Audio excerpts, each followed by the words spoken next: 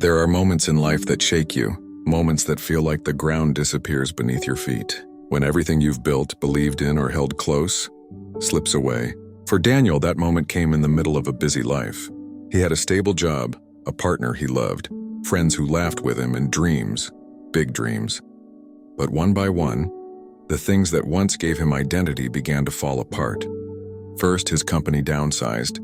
Then the relationship he believed would last forever ended suddenly. And then, the silence began, not the peaceful kind, the kind that creeps in at night. The kind that makes you question everything about yourself.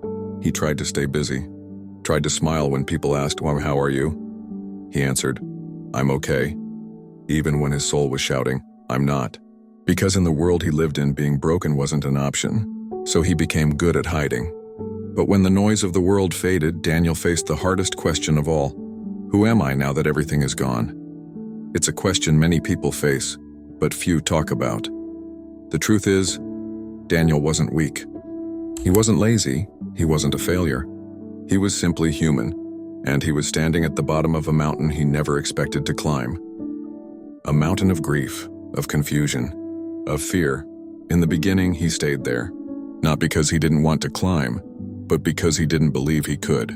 He looked at the steep path and thought, what if I fall again? But then one evening, as the sun set behind gray clouds, something stirred. It wasn't a roar, it was a whisper, a quiet voice deep inside that said, "You're still breathing. That means you're still becoming."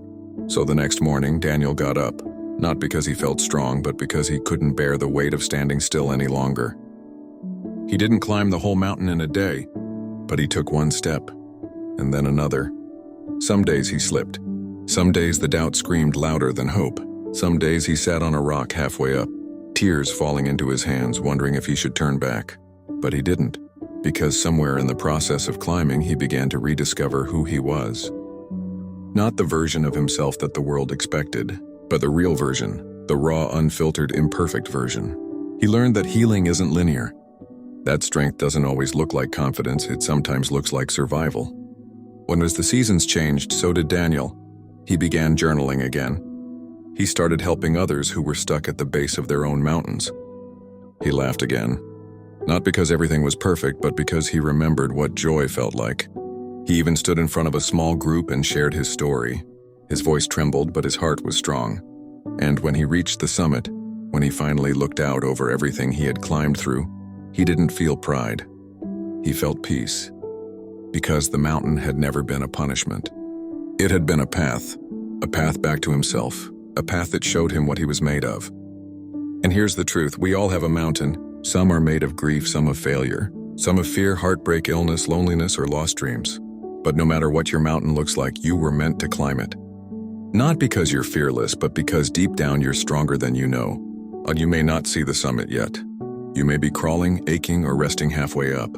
But you're still on the mountain. And that means you haven't given up. That means there's still more ahead for you, more joy, more growth, more beauty.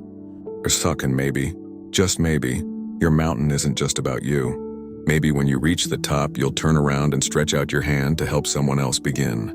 Maybe your story will be the reason someone else keeps going. So if you're listening to this and you feel lost, tired, or like the mountain is too high, take a deep breath. You don't have to climb it all today, just take one step. Because life isn't about avoiding the mountains. It's about discovering the strength within you as you climb them. You are not your pain. You are not your past. You are not your failures. You are a fighter. You are a climber. You are a light still rising through the fog. One day you will look back and realize this mountain changed you. It didn't break you, it built you. And that moment, that summit, it will be worth it.